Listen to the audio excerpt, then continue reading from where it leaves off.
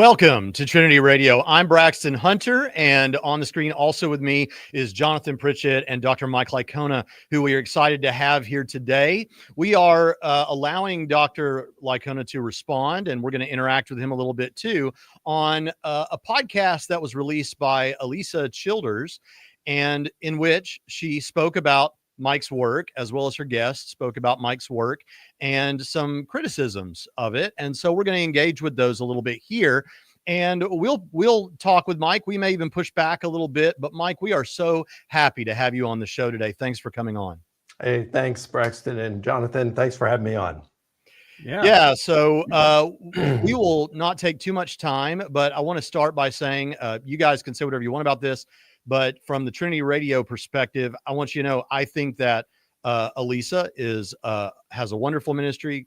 I'm sure she's a very godly woman. And I know that it's true about Mike, that he's a godly man. And what he says and does, in my opinion, whether I agree or disagree with him, and I do disagree with them occasionally on some of the things we're going to talk about here, perhaps, but I have no doubt that he's doing what he thinks is the right thing as he's led by the Spirit. So I go into it, hopefully, with a spirit of love, and maybe we can all think these things through together. Is there anything you want to say on the outset, Mike, before we jump in? I spoke at a conference with Alisa earlier this year. I didn't get to meet her. I don't think I've ever met her or communicated with her before.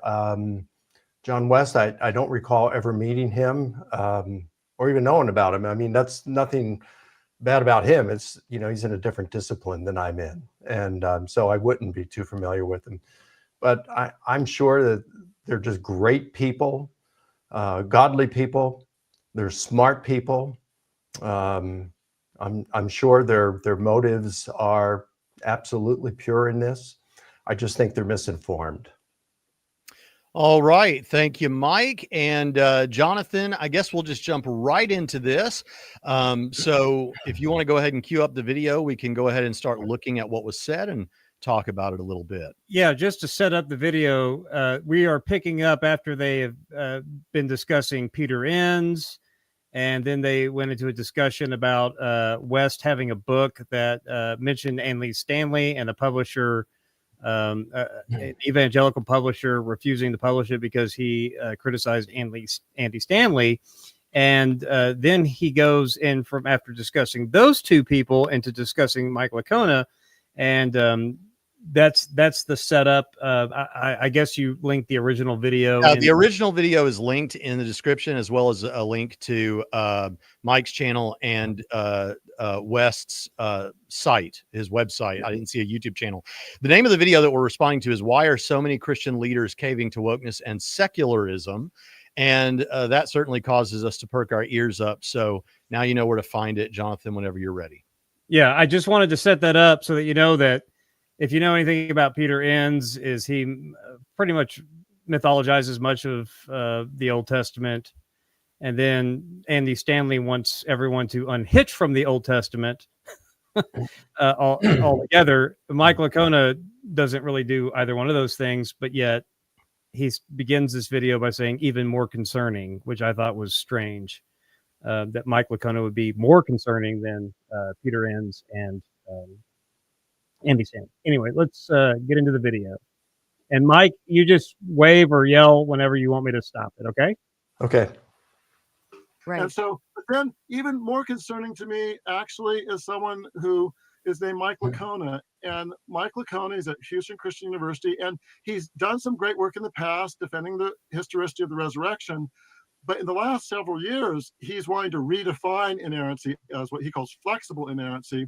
But let's get to the devil is in the details. Literally, he says that the gospel accounts are like Hollywood movies about, say, a biography of someone that's inspired by true events, but where the script writers basically change the facts, the situations, even the words of the major characters to fit whatever they are wanting to tell. This is not inerrancy. This is old style. I mean, this is Jesus Seminar Light. I mean, if people remember the old Jesus Seminar, where liberal theologians would vote on whether this was an authentic saying of Jesus, and if they didn't get a majority vote, that wasn't. I mean, this is what he's actually doing, down to the words of Jesus. Again, no one says that they had tape recorders, that everything verbatim, but the Christians have always believed that this is an authentic description, accurate description of what Jesus said. But that's not what Mike Licona is saying. Just one example that I think crystallizes it. Hang on a second. You need to stop. So yeah, let's just talk about some of what he just said there. In terms of being inspired by true events, I do mention something like that in one of my books. But so, you've got I've got a video recording of exactly what happened here, right? Or you have like a movie reproduction that says, all right, this is what happened. This is based on true events here, of which there's going to be a little bit of artistic freedom. And then you have another one inspired by true events. And that's a lot more flexibility involved in that than based on true events. And I'm just trying to create some kind of an idea of differences in flexibility here. And no one really takes the Gospels, or should take the Gospels, as this is the exact words of Jesus. That's just being naive.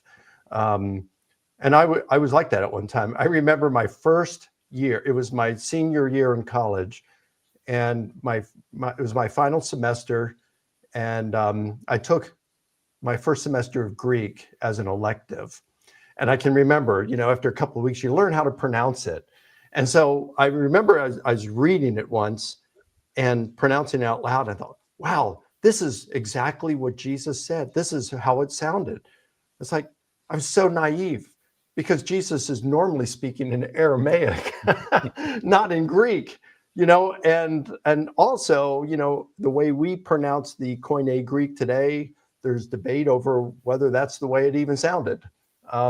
Plus, if you compare how Jesus says the same thing in the different Gospels, they differ somewhat. So these aren't the exact words of Jesus. They might come fairly close, but they're not the exact words. There's definitely paraphrasing that's going on. Well, and Mike, I don't mean to break your flow, but on that point, I think Alisa says about the Sermon on the Mount that she thinks that there's paraphrase going on there. So I don't think that's an incredibly foreign concept on the face of it. Yeah, and there is more than just mere paraphrasing. I mean, it looks like Matthew has even changed the location from the bottom of the mount, where Jesus probably gave that sermon, to the top of the mount. And most gospel scholars, especially those who have spent appreciable time in Matthew, acknowledge that Matthew has some artistic moves within his gospel. He does it with his genealogy. I mean, we can unpack this if you want, but he does it with his genealogy. He does it with the location of the Sermon on the Mount. He puts it at the top of the mount in order to, as Moses was at the top of the mountain and received the law of God, Jesus at the top of the mountain, and he's interpreting the law of God. So he's like a new Moses. There's a theme in Matthew that Jesus is a new Moses. So you have some small artistic moves like this, where even a location is changed. I could just go on and on. You have Matthew, he even displaces where the day on which Jesus cleansed the temple. So when you read the story in Mark, you have Jesus ride in on Palm Sunday, and he goes into the temple, but it's later in the day. So he just looks around, he and his disciples, and they leave. And then they go to the Mount of Olives. They spend the night there. The next day, they're headed back to Jerusalem. The next day is Monday. They're headed to Jerusalem. Jesus sees a fig tree. He's hungry, no figs, so he curses it. Then he goes into the temple complex, and he sees stuff going on of which he doesn't approve. So he cleanses the temple. This is Tuesday. Cleanses the temple. He leaves the town. I'm sorry, this is Monday. So then he leaves the temple complex. They go back to Mount of Olives. They spend the night again. Tuesday morning, he's returning to Jerusalem. They see the tree at that time, the fig tree that's withered and died. But Matthew, who has a tendency to simplify his accounts throughout the gospel, he does it on several occasions. Jesus rides in on Palm Sunday, goes into the temple. And Matthew conflates both temple visits, the Sunday and Monday, into one. Both have occurred on Sunday. So Jesus cleanses the temple on Sunday, not Monday. Then they leave. They go back to the Mount of Olives. They spend the night. Monday, he's returning to Jerusalem. He sees the fig tree, nothing on it. He curses it. And Matthew says immediately it withers and dies. So here he conflates two parts of the fig tree being cursed and died into a single one. So he actually changes the day in which the temple was cleansed. So you find these kind of moves, a lot of them by Matthew that's going on here, changes details. Now to say that we are, looking at this, the Gospels, and this is exactly, each Gospel is portraying exactly how things occurred. It's just not the case. And we might want to think that they are, but if you read the stuff carefully, if you read these Gospels carefully, that's not what's going on. Now, let me say one other. And I think that people who are familiar with your work probably already know this, but for anyone that's not, it should be said that in your book, Why Are There Differences in the Gospels? You walk through and show that a good reason to believe that some of these principles like displacement and spotlighting, I think you called one of them, and these are compositional devices that seem to be at play in a genre that either is the genre that the Gospels are written in, or one very close, shares affinities, I think you say, with those. And so the issue at hand is not that one of these Gospel authors is getting something wrong or lying, but rather that you just misunderstand, or we misunderstand, what it is that they're trying to do within their genre and the way they were writing history within that genre. And that seems to me like pretty important to mention, because when it comes to, like, say, Genesis chapter 1, while there are some people who would call you a heretic if you looked at that differently, there are a number of theories about what's going on in the days of creation, all that sort of thing. And we're not saying about each other, we're not saying about those of the other, well, that makes the Bible a liar and that makes the Bible deceptive and all that. We understand that what we're disagreeing about, at least many of us understand, that what we're disagreeing about is what was the intent of the author in doing that. It doesn't mean that they're wrong or they're lying unless you're imposing your expectation of how to write history onto their motives. Similarly, when it comes to the Gospel authors, somewhere in this clip, it said, well, this sounds like there's a lie. It's lying. Well, it would be lying if Matthew wasn't working within the tools of his genre and expecting those things to be the people were aware of how that genre might have been written. And so I think that's really important to mention. So for viewers out there, you say, well, wait a minute, he is kind of denying that the Gospels can be relied upon for these kind of things. Well, it's important to understand that he's saying, if you look at it within the genre that it's written, these were the way, this may well have been the way that these things were written. Is that fair, Mike? That's a very fair characterization of my view. Even J.I. Packer, who's one of the main scholars who crafted the Chicago Statement on Biblical Inerrancy, he has said that the creation chapters of Genesis are quasi-liturgical celebration of the fact of creation, and not at all what we would have seen had we been hovering above the chaos of it all.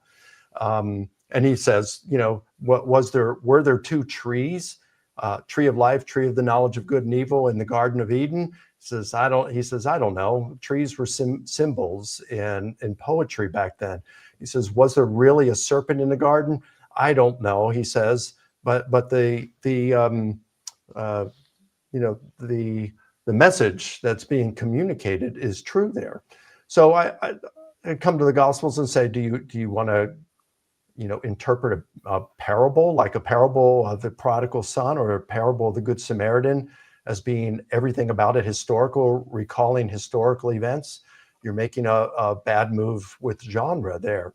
So I think what some are doing is because the Gospels are ancient biographies of Jesus, they're assuming that ancient biography operated by all of the same rules as modern biography.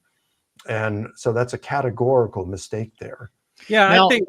Go ahead, Bridget. Well, I was going to say, I think that anybody who wants to encourage people to read their Bibles is going to eventually, if they take you up on that, run into these issues of the differences in the Gospels. You wrote a whole book to sort that out. There's other ways of doing it, undesigned coincidence, harmonization, all of these kind of things.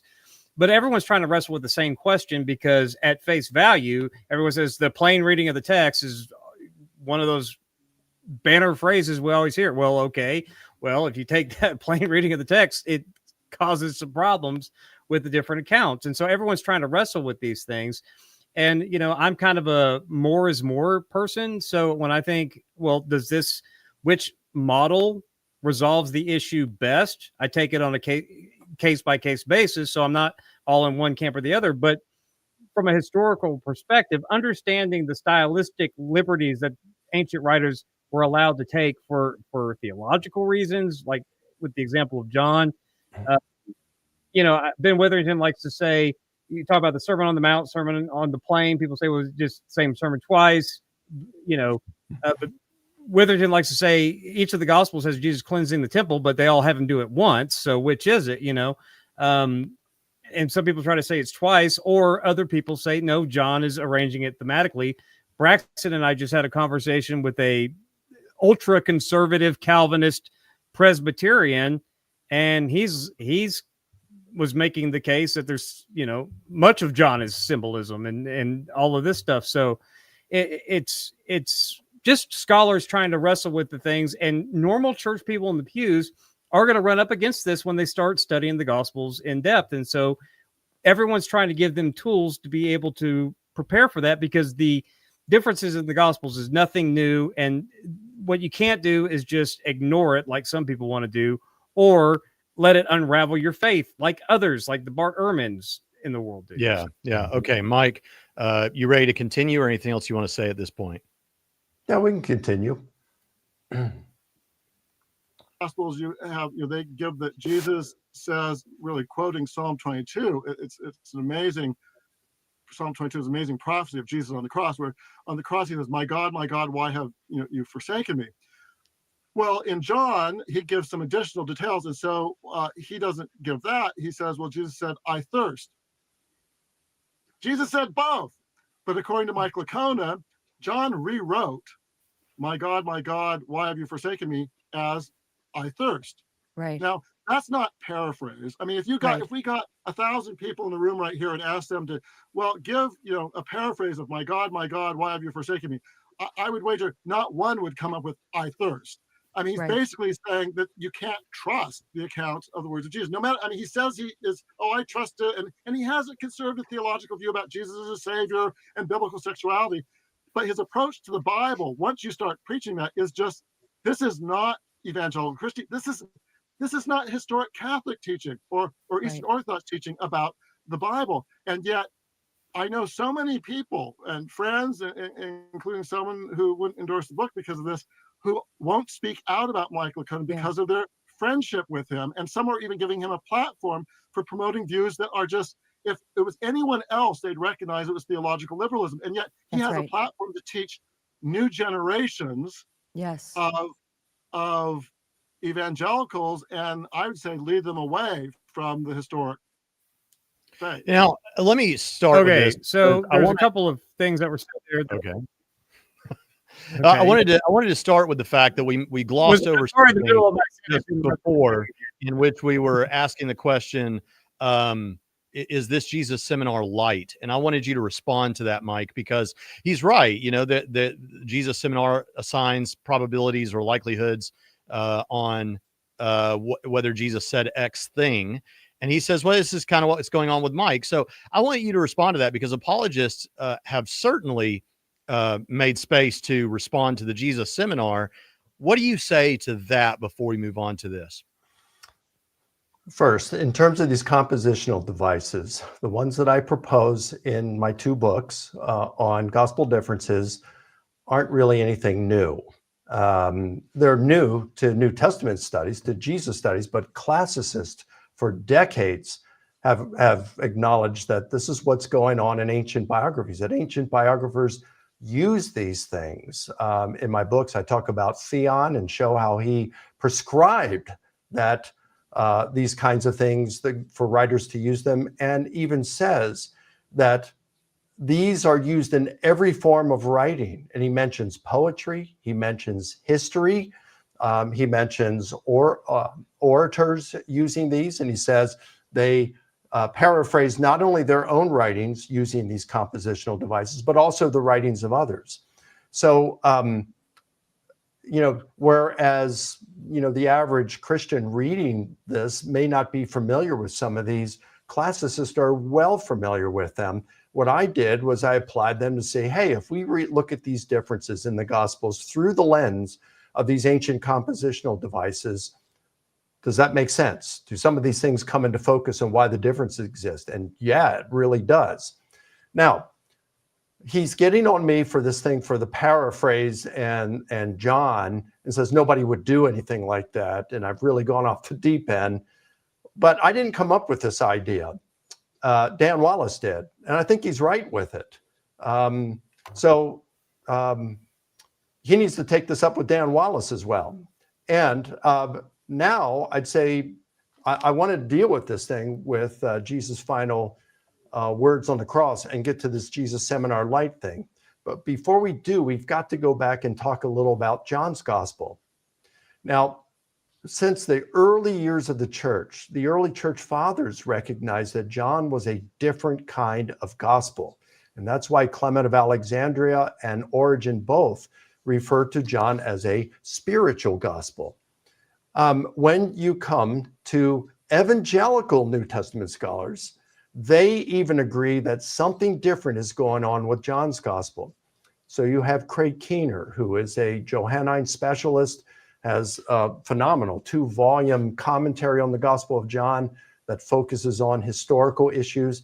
He says that all Johannine scholars acknowledge some degree of Johannine adaptation.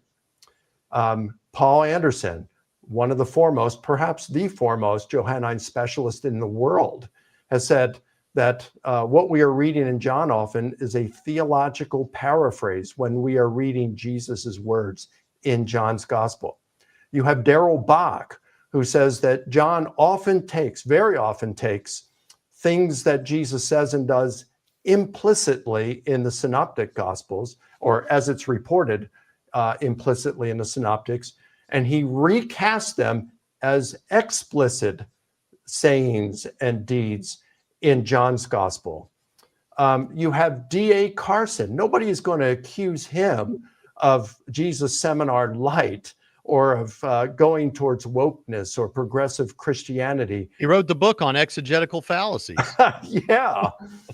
And he talks about how what John does is he takes Jesus's words and he rewrites them as in his own idiom. And he says, John has rewritten the whole. I mean, that's huge right there. Then you have F.F. Bruce. Nobody's questioning whether he's a wolf among the sheep or hadn't gone woke or is a progressive or moving in that direction. And yet in the introduction to his commentary on John's gospel, F.F. Bruce said that John has taken the Jesus tradition and has recast it as an expanded paraphrase, a translation of the freest kind, a transposition into another key, and so much more. Let me give you one other evangelical Johannine scholar who has commented on the differences with John and what John has done. He cites that the I am statements, okay, in John, which are a matter of debate. And for reason, the biggest one being before Abraham was, I am. Did Jesus actually say that?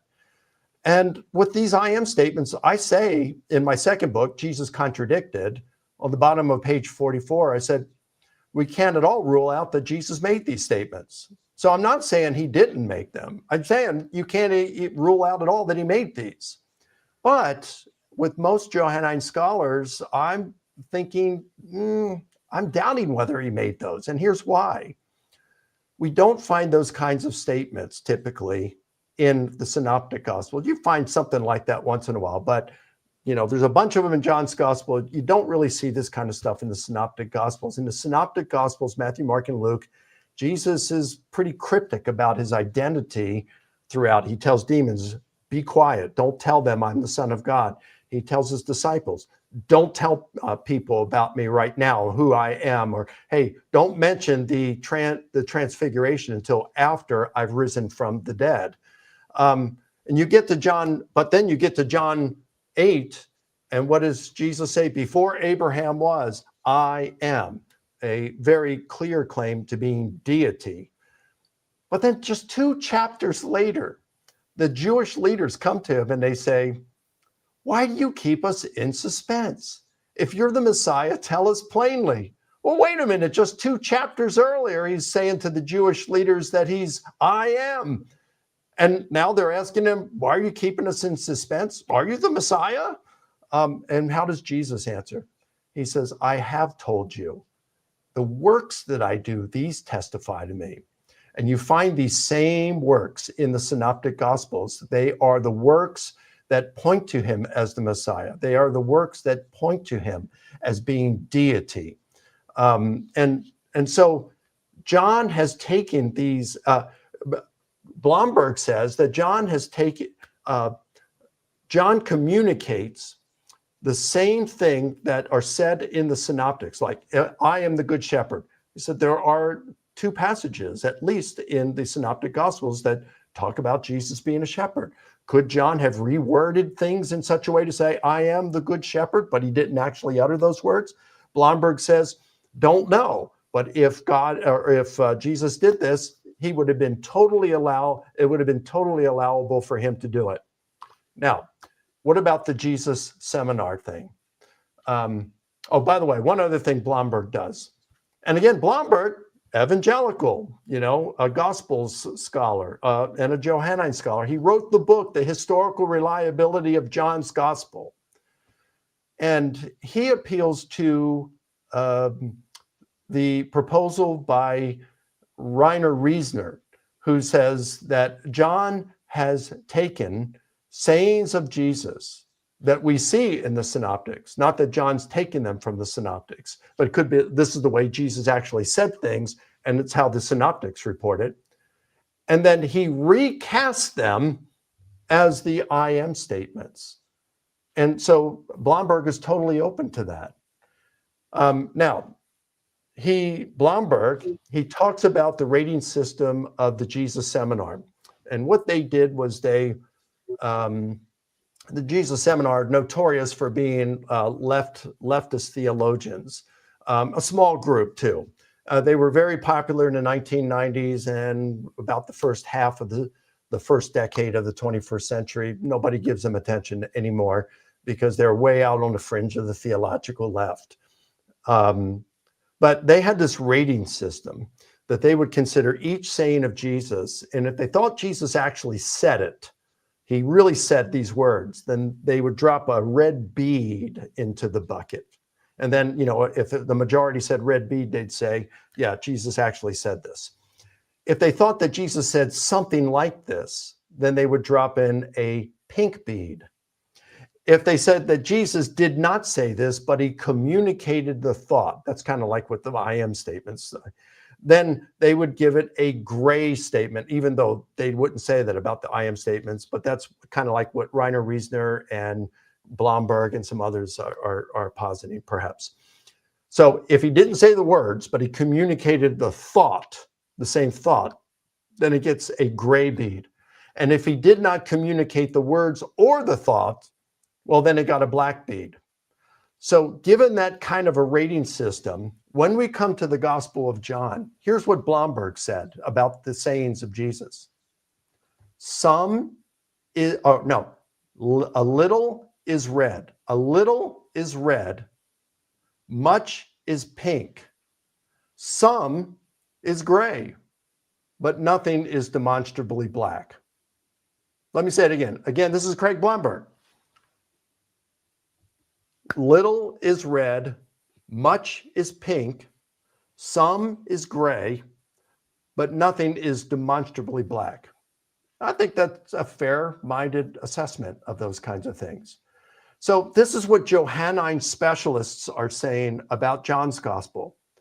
So I find it remarkable, to be honest with you, that you have someone like John West and others who are accusing me of going in this direction and leading people astray. John, in his book, he's talking about the wolves among the sheep, accusing me to be like a wolf among the sheep by positing these things. Unfortunately, what that shows more of is that he is just not even aware of where even evangelical New Testament scholarship is on this stuff today. Because if he was, he'd be, this is like standard thinking amongst evangelical New Testament scholars today. Not only evangelicals, but the broad swath of New Testament scholars. Yeah, it was interesting to me. Braxton gave a presentation on apologetics and evangelism at I think it was at New Orleans. And one of the scholars, I can't remember who you said it was, had remarked that he appreciated Braxton's presentation because it included New Testament scholarship. Do you remember who said that? Was that Bowman or? I can't remember who. But I think it was Kenneth Boa, maybe. No, it was the guy. It was, and you're embarrassing me on the spot here. It was the gentleman who runs or used to run the conference. I think Ryan Putman does now, but Bob Stewart.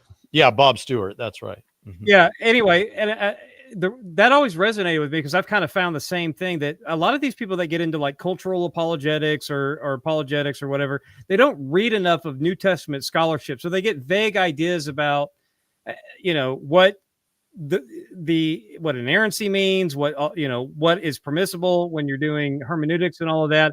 And they don't actually read a whole lot of conservative evangelical scholars like the ones you mentioned. And it becomes a problem when they say these things, when they're the ones who are actually out of step with how people have reasoned with the Bible. And I personally find that as someone in the world of apologetics, somewhat embarrassing. And I think that they spend more time reading New Testament scholars so they'd understand that all of this is in the wheelhouse. Like when you had mentioned most of it's pink, they go on to concede, I think, the entirety when they get into the discussing. No one says that the Sermon on the Mount was only a 7-minute sermon. They acknowledge that it was all, probably paraphrased.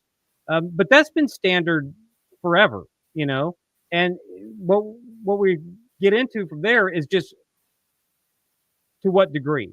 That's it. Yeah, and now a couple of things here, Mike. Honestly, now we've been kind of indirectly, I'm not saying that either of these people, I'm sure they weren't thinking of us when they said this, but they called out your friends for not pushing you on this and kind of encouraging you in love to come back into the fold on these issues. And frankly, though I think that might come across as too dramatic for what I'm going to do, I do want to push back a little bit because I tend to sympathize a bit with this complaint.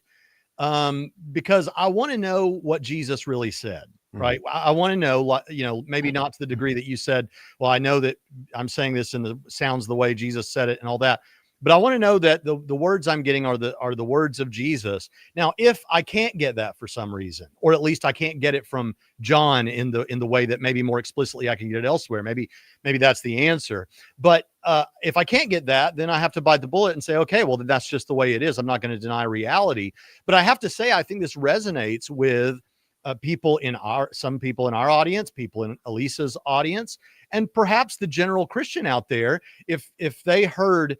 And that was chosen perhaps because it's such a stark contrast between my God, why have you forsaken me? And I thirst. Mm-hmm. He says, you could say that to 1,000 people. My God, why have you forsaken me?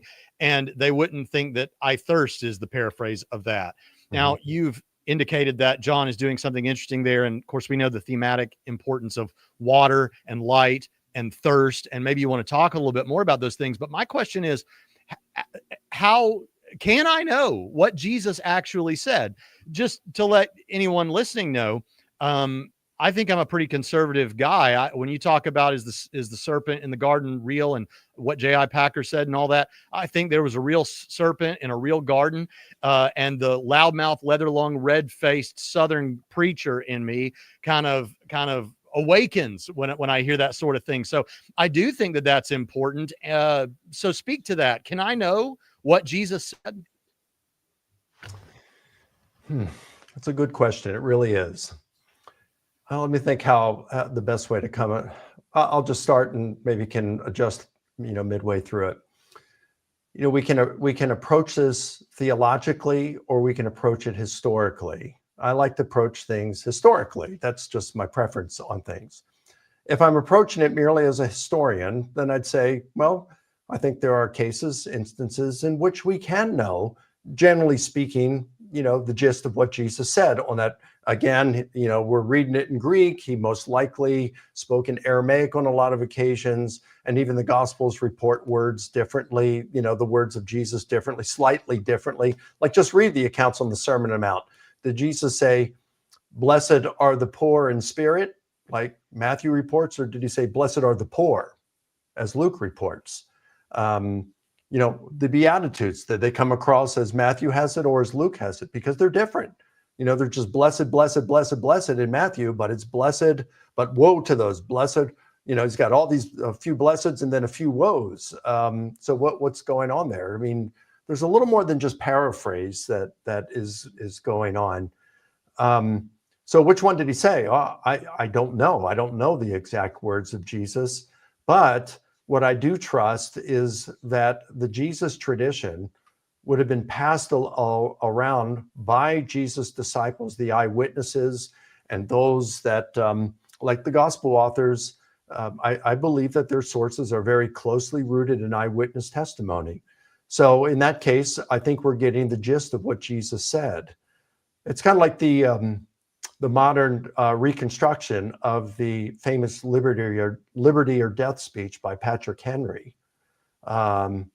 Very dramatic speech, but the reconstruction of that speech is based on two eyewitnesses who heard that speech 40 years earlier.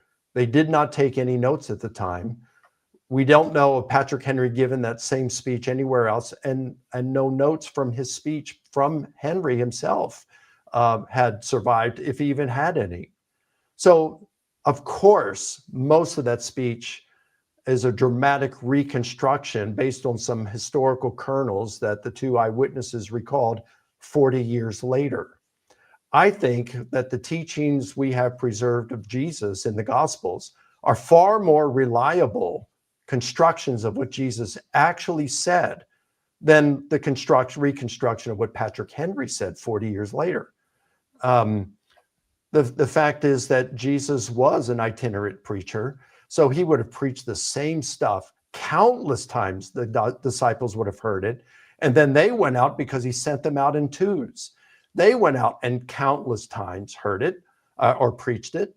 And then they came back, they would have debriefed with Jesus, they would have continued to preach. And then after he left for several decades, they're preaching the same things about his teachings all the way up until the time the Gospels were written. And there would have been a community type remembrance among the apostles with this. So look, I don't remember President Trump's State of the Union address that happened 4 months ago. I don't remember it. I hardly remember anything. I don't know if I remember anything about it at this very moment. But, the thing is, they're writing about Jesus' recollections like 20 to 65 years later, but they would have been preaching about it daily during all that time. So yeah, they're going to remember it. Yeah, because you're saying, like my wife who traveled with me for years, preaching in churches and hearing some of the same messages over and over and over and over. She could preach. A lot of pastors say this. She could preach my sermons just as well as I could because she's heard them so many times. And then, like you say, going out and preaching those messages and coming back and having debriefings with Jesus, which would be likely, and all that sort of thing. Well, okay. Now there's a super chat here, but I want to push a little more because here's the problem, Mike. Yeah, I do want to, at some point, I do want to talk about the last sayings of Jesus on the cross, but go ahead, because I haven't gotten to those. Well, go ahead and do that because my question is going to relate to that. Okay. So, all right, these statements are in Matthew, Mark, Luke, and John. So when you go to Matthew and Mark, they report the same final two statements of Jesus. So his penultimate statement is, my God, why have you forsaken me? And then, which they say in Aramaic was, Eli, Eli, lama sabachthani. Okay. Now, the people who weren't Jews at that time that are around the cross, they hear this Eli, Eli, and they say, hey, I think he's calling for Elijah. Let's see if Elijah will come to save him. And they take a sponge, they dip it in sour wine, and they put it on a reed and they lift it up to Jesus. And when it gets up to his lips, he yells out with a loud cry and breathes his last. Okay, so that's Matthew and Mark's recollection of what happened. My God, why have you forsaken me? And then a loud cry, and he dies. You come to Luke. Luke doesn't mention a penultimate statement. He mentions his final statement as being, Father, into your hands I commit my spirit.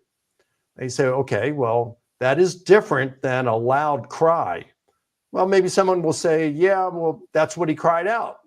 Father, into your hands I commit my spirit. That's possible. I think it's doubtful, though, since Matthew and Mark have both articulated those words, my God, why have you forsaken me? Why would they just say he cried out with a loud voice and died? But nevertheless, let's go on to John. John gives a penultimate and then an ultimate statement. His penultimate statement is, I thirst. And then at that point, they fill a sponge with sour wine, put it on a reed, lift it up. He takes part of it a little, and then he says, it is finished, and he bows his head and breathes his last. Okay, that's a little different. The reason they put the sponge up to him is different in John. Now, I thought Dan Wallace's proposal was reasonable, and I said, this could very well be what happened. He's communicating the thought. What is the thirst thing? Well, Dan says that when the word thirst is used in John's gospel, and I looked, and this is the case, it is referring to things like thirsting for God, thirsting for light, for truth. Here, what is the term, my God, why have you forsaken me? Jesus is thirsting for God at that point. He's feeling this, like he's forsaken by God, and he's thirsting for God. So to say I thirst does communicate the thought of what Matthew and Mark are communicating of Jesus there. And then what about the final statement? It is finished. We've heard it in so many sermons on a Sunday morning. If you read the commentaries, what does it mean it is finished? It means Jesus has finished. He has completed his mission on earth, and he has paid in full for our sins. That's what it is finished means. Well, that's quite different than into your hands, Father, I commit my spirit. So what the words that Jesus actually say there, I don't know. I would probably tend to go with Matthew and Mark here. If I was a betting man, if I had to bet on it, I was forced to bet on it, I'd say Matthew and Mark. But what about what Luke and John have? I don't know. Maybe they fit in there somewhere and during the crucifixion, and Luke and John just put him in at a different spot. I tend to think that John has paraphrased here. Remember what Bruce said. He called it an expanded paraphrase, a translation of the freest kind, a transposition into another key, and so much more. So I don't have problems with Dan Wallace's proposal here. John may, and maybe Dan's wrong.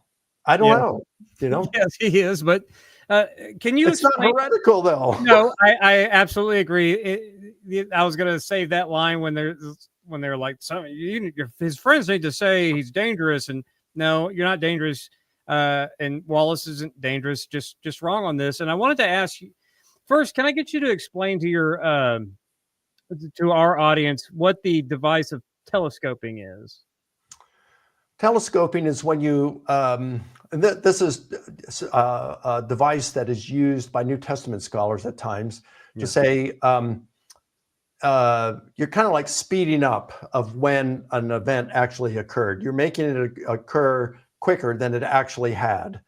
Now, classicists refer to that as compression, where you compress the time. And I actually prefer their definition of it. I think it more accurately describes what's going on. It's a condensing of events to where you're getting to the point, essentially. That's right. Matthew he telescopes the cleansing of the temple. He moves it to a closer time than it actually occurred. Right. So I find that idea helpful, this idea of condensing, because we know that Jesus wasn't on the cross for 5 minutes. He was on there for a while. And I think that it is more likely to me that Jesus probably said something along these lines at some point, and they just kind of all put it towards their climax. And I think that that's possible. Well, now, Richard, this plays into a criticism I had, and you can respond to this, Mike. When I'm listening to you talk about this, I think to myself, okay, now, I believe there are compositional devices. I also believe that sometimes harmonization is the right way to go. And to my understanding, you agree with that. Mm-hmm. I would say what someone in the chat has said, and I've lost it here, but someone had said a while ago, that I agree with Mike about all that. I just don't think the compositional devices are used as liberally as what he does. And so here's the thing about this. If I have to choose between compositional devices and harmonization in a situation, I have to make a judgment call. But on a case like this, the fellow in the video, John West, he says, well, Jesus said all of these things. And frankly, I'm kind of sitting here going, wait a minute. If I have two options in front of me, one requires me to say, I'm not sure exactly that I do know what Jesus said. If that's true, I have to bite the bullet, like I said before.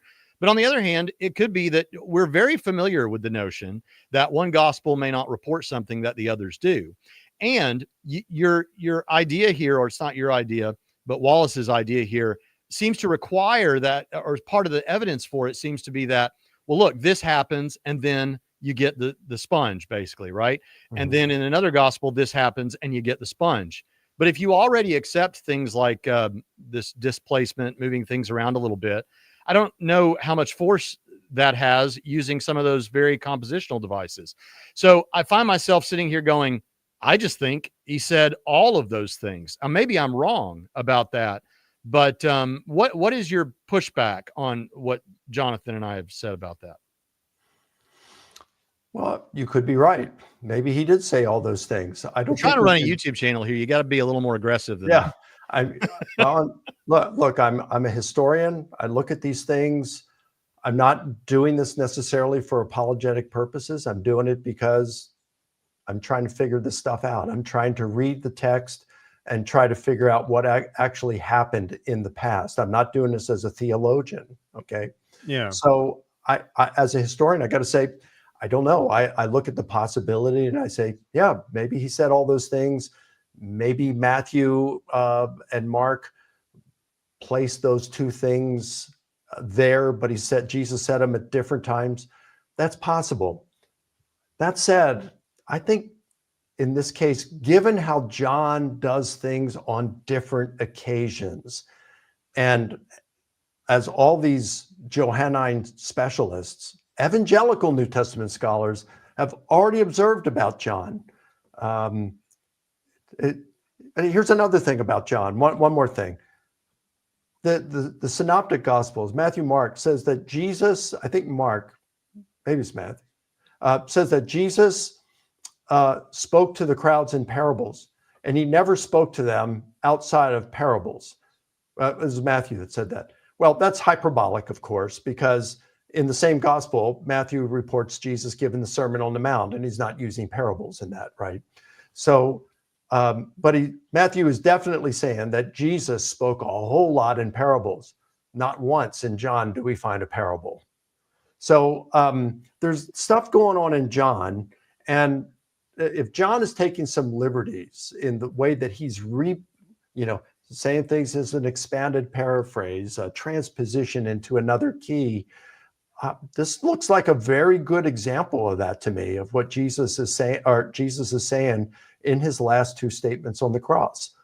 Yeah, in terms of what to go with as your default, do you go with harmonization or do you go with compositional devices? I agree with you, Braxton, that you can do it on a case-by-case basis.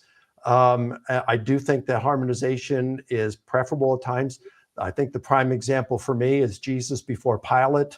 And the whole thing about Barabbas. I think harmonization is perfectly responsible way to go there in that instance. But when you see the compositional textbooks by people like Theon and Quintilian and Hermogenes and others, and they are prescribing, do these things to paraphrase when writing, change a statement to a question to a command, create a dialogue, amplify with other details and things like this. And then you see Plutarch using additional devices. It's like, okay, this is common practice in the ancient world for writing biography. If the gospel authors are doing this, we shouldn't be surprised. I think we should be surprised if we did not see them doing it. So that's how I think that as a default, the compositional devices, if anything's the default, but I do think that there are times when harmonization is preferable. Well, it seems like you can use a compositional device to harmonize as well, which is what I'm suggesting, because it seems to me like thematically, I don't have a problem with that, because Matthew wants to call attention to Psalm 22. And I think the way I understand the New Testament use of the Old Testament, I see that as Jesus calling attention to the whole of the psalm.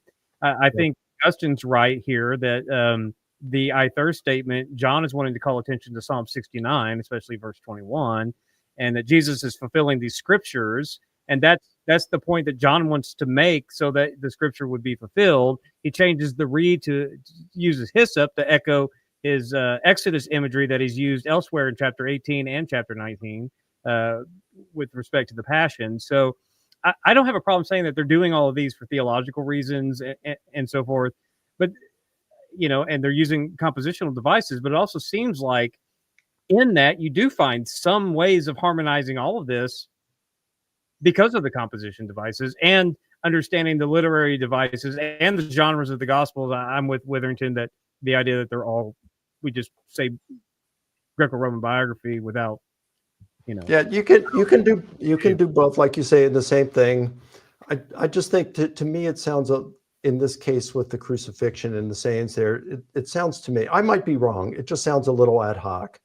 And one of the things that leads me to that, Jonathan, is when you look at Jesus's passion, start in the garden, okay?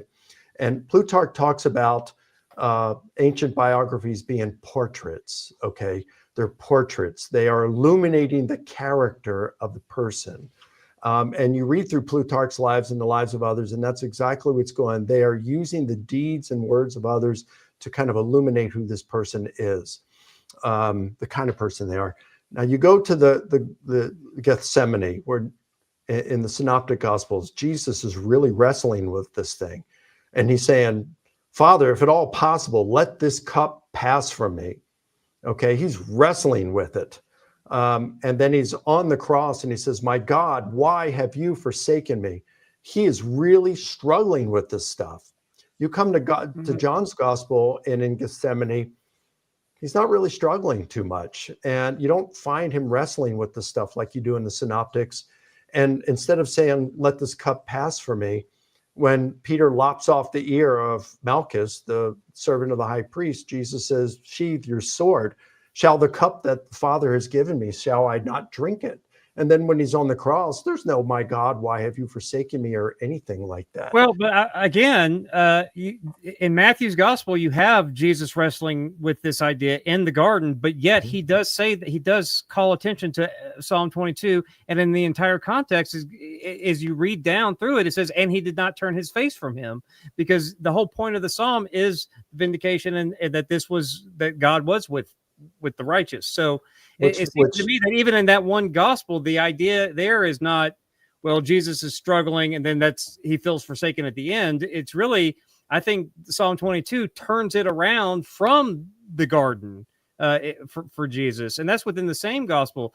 And then when you get to Gospel of John, you have him saying, I thirst, John's trying to call attention to Psalm 69, which is a similar thing where they're up against, God's chosen. And so it seems to me that I, even within Matthew, and then both Matthew and John, they seem to be more united than different.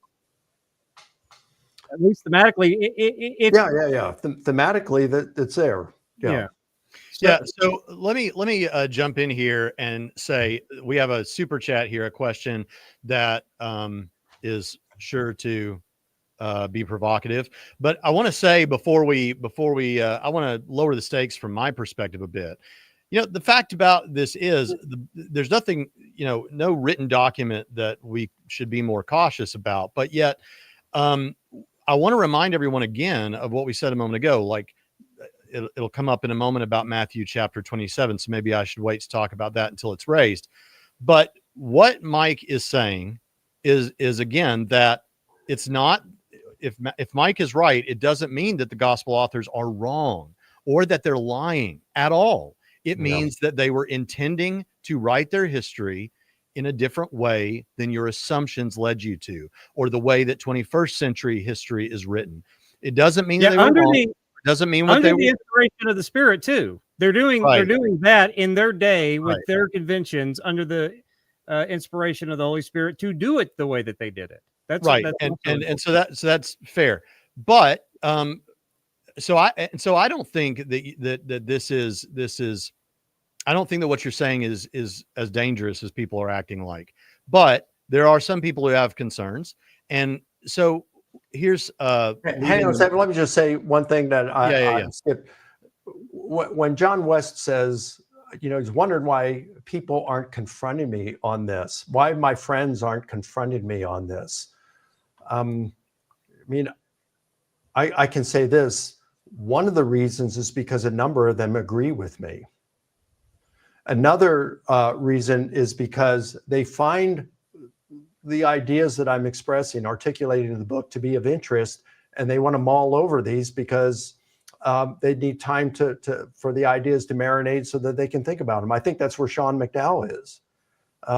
So it's not that they're afraid to confront. Look, anyone who knows me, you guys know me. I don't bite.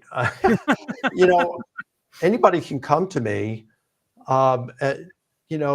Colleagues are definitely always welcome to come. Look, you mentioned the Matthew 27 and the raised saints. I can tell you this, that when that was going on back in 2011, Craig Keener and Darrell Bach both called me, and they wanted to talk to me and convince me that of my view being wrong on how to interpret the raised saints, and they were great, and I welcomed their calls. I knew that they loved me, they cared for me, they did things the right way, and that was a tough time, to be honest with you, and very honestly, I wanted to change my mind. Yeah. It would have been kind of in my best interest at that time to change my mind, but I had to be honest to my own thoughts and where my research was, and even if I was wrong, I still remain convinced of where I've landed with Matthew's raised saints. But they're not always afraid. I just don't think that a lot of people, they either agree with me or they're not sure. But it doesn't seem that at least my colleagues, the broad colleagues throughout the apologetics and New Testament world, scholarship world, they're not alarmed by this stuff. Yeah, that's the thing I wanted to highlight, because I wonder if they think that I'm even worse, because even though I probably agree with you on, I don't know, 90% of everything, I don't agree with anybody on, on everything, but it's like I have no problem saying you're wrong, but I also have no problem saying you're not scary or dangerous, because this is nothing to be alarmed about. And also about. He might beat you in a debate on the subject for sure. No. but look, let's get back to this, because first of all, I want to attest to what you just said. You've always been a very gentle, very charitable, loving guy. Just recently we were together at a conference, and my daughter was there. My 13-year-old or 14-year-old now daughter was there. He's great. And you sat there, and this is what Mike said. Mike stopped me after about 5 minutes of us talking, and he looked at her and he said, me and your dad are going to catch up a little bit here, but then I want to know more about you. And she walked out of there saying, Mike Licona is my bestie. And so it was just the greatest thing ever. You've always been so sweet, and I have no doubt that you want to do what's right. But here's a comment that someone leaves. I'm just going to read it to you and let you react. All right. Question: Geisler, the McGrews, John West, and many others have said this about Mike Licona. So is it possible, in Mike's mind, it sounds like it is, that he might be, that he might kind of be like wrong, I guess. Even Ehrman said Mike was more in his camp. Thoughts? Yeah, I mean, I could be wrong. I don't think that I am. You don't have Cartesian certainty that you're right? No. What I can say is one thing that I'd learned when I was doing my doctoral research. Anybody who knows me, and I think, anybody who knows me knows that I've had times when I've struggled with doubts. And the reason being, it's just the way I'm wired. And something as important as the eternal destiny of my soul, I want to make sure I get this right. I want to do my best to get it right. And that means facing the stuff, the difficult questions, with genuine, authentic research for truth, wherever it leads. And yes, I believe that the Holy Spirit has revealed to me that Christianity is true. But I have to acknowledge that people of other religions believe that God has revealed to them that what they believe is true. So it's like, okay, well, how do I know that I am really being fed the truth by the Holy Spirit here? And I think the only way, at least in my mind, to be certain of that is to, or to have a reasonable amount of confidence, is to look at the facts objectively. And so I've developed, since my doctoral research, this habit of trying to look at things as objectively, as open-minded as possible, without starting with any kind of presuppositions that what I already believe is true. And so when I come to this and I look at the Gospels this way, our view of Scripture, here's the thing I teach to my students, our view of Scripture should be consistent with what we observe in Scripture. And since Norman Geisler came after me back in 2011 and following, and I got ostracized from a bunch within the Southern Baptist community. It's like, I had several people call me, leaders, and say, Mike, you're going to find that Christianity, even conservative Christianity, is a lot more broader than Southern Baptist and some of the evangelical world. And I have found that. So while some evangelicals, like maybe John West and Alisa Childers and the Geislers and the not McDowells, I'm sorry, the McGrews, they don't like the stuff that I've promoted. Okay, they're right to have their opinion. I don't believe they're right. I know that I've spent a whole lot more time wrestling over this stuff than they have on it. And I know that there are a lot of scholars who agree with me on this stuff. So could I be wrong? Yes. I don't think I have. I mean, I've looked in depth at Lydia McGrew's work. I spent 3 months going through her book, The Mirror of the Mask, very carefully and looking at it. And then I responded with 8 videos that anybody who's interested can view them on my YouTube channel. Answering Lydia McGrew is the playlist name. So could I be wrong? Yes. But well, Mike, why they don't think they are. I don't think I am. Yeah, Mike. How dare you think that you're right in what you think, Mike? But no, seriously. Well, I completely forgot what I was going to say. I know what I was going to say. 8 pages of emails that have been sent to me over the last year from people that bought and read Jesus Contradicted.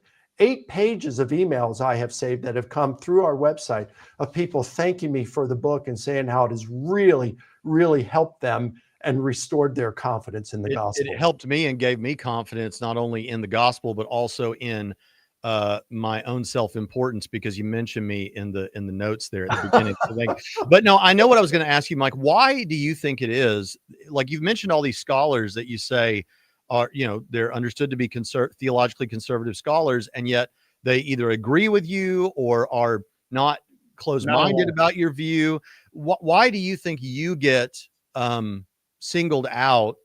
Like, often you get brought up with this stuff as though you're progressive and all these kind of things. Why is the reason for that?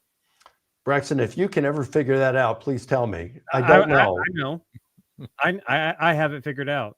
Well, tell me. Okay. New Testament scholars are boring and dry as dust and don't speak as often in public on defending the faith as you do. And since you have a platform to where you're more in churches helping equip Christians to wrestle, and is a dynamic speaker and very entertaining to watch, you're obviously going to be a target. That's the beginning and end of that, is that you speak in public more because people would rather listen to you than boring New Testament scholars. And that's not a knock against them. I love boring New Testament. I live for their lectures. But if I'm sitting in a church, I would rather it be something, from Mike Licona. Daryl Bach's pretty entertaining. So if I can get past his Calvinism, he's all right. Ben Witherington's pretty entertaining. I love his Southern accent. So, there are exceptions, but in general, you're out there speaking a lot and you are bringing these ideas into local churches. And I think because people lack familiarity with all of the receipts you brought earlier from conservative scholars, because we just don't do scholarship in the church like we ought to, it jars them because they're not used to hearing it, even though their pastors, if they have seminary training, engages with Carson's commentary on John, and every John class is like a standard. They've all read J.I. Packer's work, just in their private devotionals or whatever, but they don't communicate all of this stuff in the corporate service in their preaching to explain these ideas as they come up, if they're preaching through the Gospels or whatever. So I think that is exactly why you get the biggest target on your back. Well, that could be. I agree with you that some of these other guys are decent speakers. I'm out there in public eye more than they are typically, whereas a lot of them are in their ivory towers more than I am. So, yeah, I never thought of that before, but I think you make a good point, Jonathan.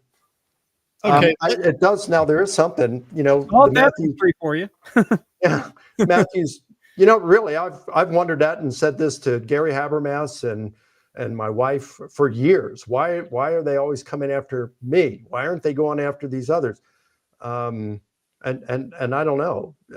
But I think you've made more sense of this than anything else I've heard. I do wonder. I say every day when I come out of Pritchett's office. I do wonder why they didn't come after Bill Craig when it came to Matthew's Ray Saints. When I wrote about that and adopted that position in my big book on the resurrection, I was not aware that Bill Craig had said that in his debate with John Dominic Crossan years earlier, more than a decade earlier, and that it's in the book. Will the Real Jesus Please Stand Up? Edited by Paul Copan. So Bill Craig took that position. As far as I know, he still takes that position. And other New Testament scholars take that position, but people don't go after Bill on that. But they like to come after me on it. Well, yeah, I think you're wrong, and I don't come after you on it, because I remember during the Geisler thing, I was like, why is this a big deal? It was beyond me. So I was like, I don't think Mike's right about that. Maybe, but probably, I always think I'm right about everything until someone changes my mind. But it's like, I did not understand the Chicken Little mentality that you're all going to become a bunch of woke leftists listening to Presbyterian lesbians at the PCUSA church, or become atheists because Mike Licona thinks that Matthew 27, 51, and 53 is weird. Okay, so what? You don't have to agree with him, but there's nothing like scary about it. And it doesn't follow that, well, if you think in these kind of categories with respect to New Testament documents, therefore apostasy is next. I don't know where that, but if there are places on the internet where Mike Licona led me out of the faith, I'd be curious to talk to those people, because I don't know that they actually exist. Well, let's get on to a little more of the video. We're almost done with what is said about Mike, but there is at least one more thing I want to get to, and probably more that Mike wants to get to. So let's get trucking, John. Okay. Almost all the. So you're going to lead people to apostasy, and then they want you to buy burgers. So there's an ad here in the middle. Good Ranchers does not yet support this program, but we're looking at you, Almost Good all the Ranchers. meat that we eat in our home comes from goodranchers.com. And one of my daughter's favorite comfort meals is to take the You're Better Than literally going Organic to play chicken the breast. I commercial. think we are at a very similar. That's why I brought up Spurgeon with the downgrade controversy. You have J. Gresham Machen with the battles they had there, and then of course at Westminster the battles they had over Pete Enns. Because and the reason I brought out that about Pete Enns is because Pete Enns was a conservative Bible scholar at the time. And nobody would have thought that this would be coming from inside our ranks. And I think the thing that is hard, the hardest thing, it's easy to call out people that aren't in your camp. It's easy to call out what you see outside of your camp. And it's hard, and it takes a special kind of courage to do it within your own camp. And that certainly doesn't mean you put someone on blast and question their salvation or anything like that. But there has to be accountability within the group. So what we're seeing now happen with this proposed redefinition of inerrancy from Licona is coming from within the apologetics community. And I was recently at an event where I sort of alluded to this, and I quoted that quote from President Peter Lobach of Westminster because for me, again, I'm not a scholar, but I can look and see the effect this is going to have on the average Christian. When my faith was in shambles and I learned principles of hermeneutics, when I learned the doctrine of inerrancy, it all made sense to me.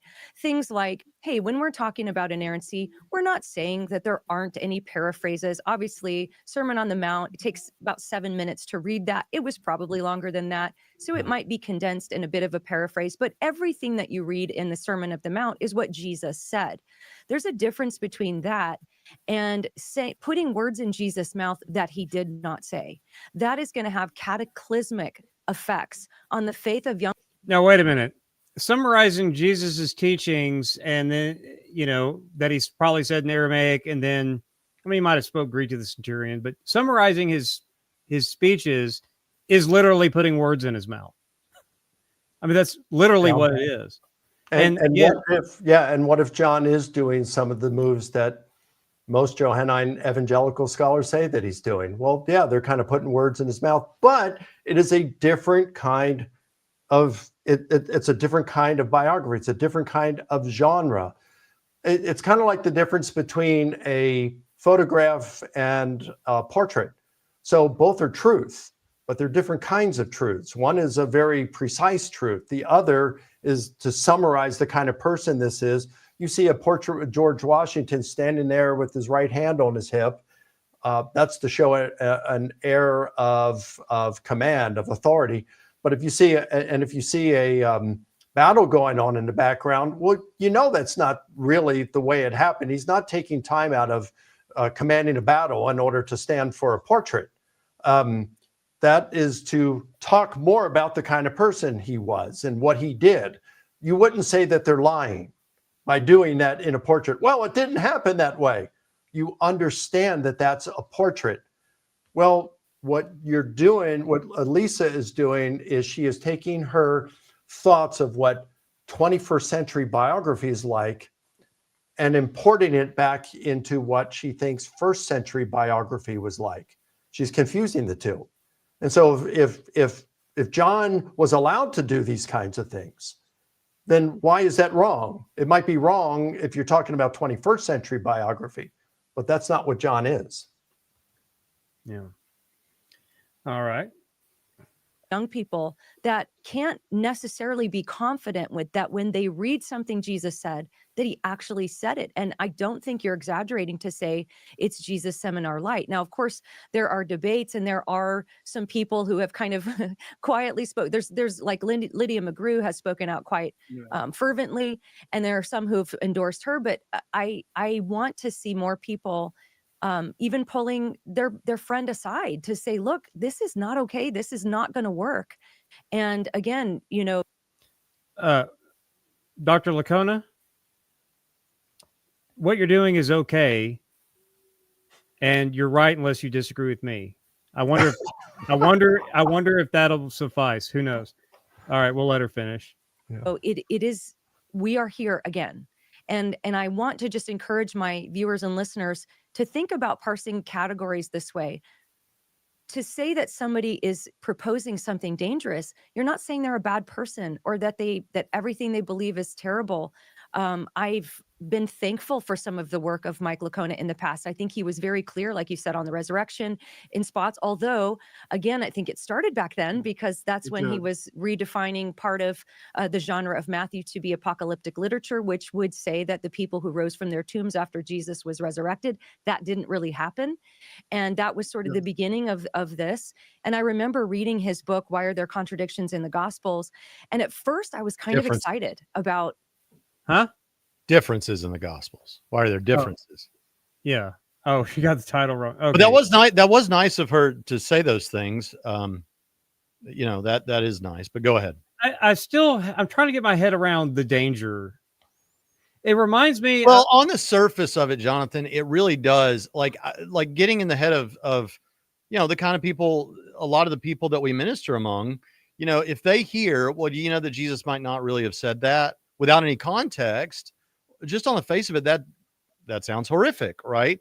It doesn't mean Christianity is not true. It doesn't mean that that's not the meaning. You know, John may be trying to give you the thematic important gist or whatever, as Licona said. Well, this is you've obviously, Dr. Licona, read a lot of academic commentaries across the spectrum, but even the conservative commentaries on Matthew's gospel. Now, was there ETS blew up over Gundry's commentary because he said that Matthew was midrash, but you can't read a single commentary on Matthew written after like 1997 that at least admits there's midrashic elements at every turn in Matthew's gospel to where you could say it's kind of midrash, but not entirely. But I mean, it may not go as far as Gundry did, but people said that was dangerous at the time. But now it seems like conservative evangelical scholars are saying, here's a midrash element here at this text. And like every other pericope, you're finding evangelical scholars in their Matthew commentaries saying midrash, right?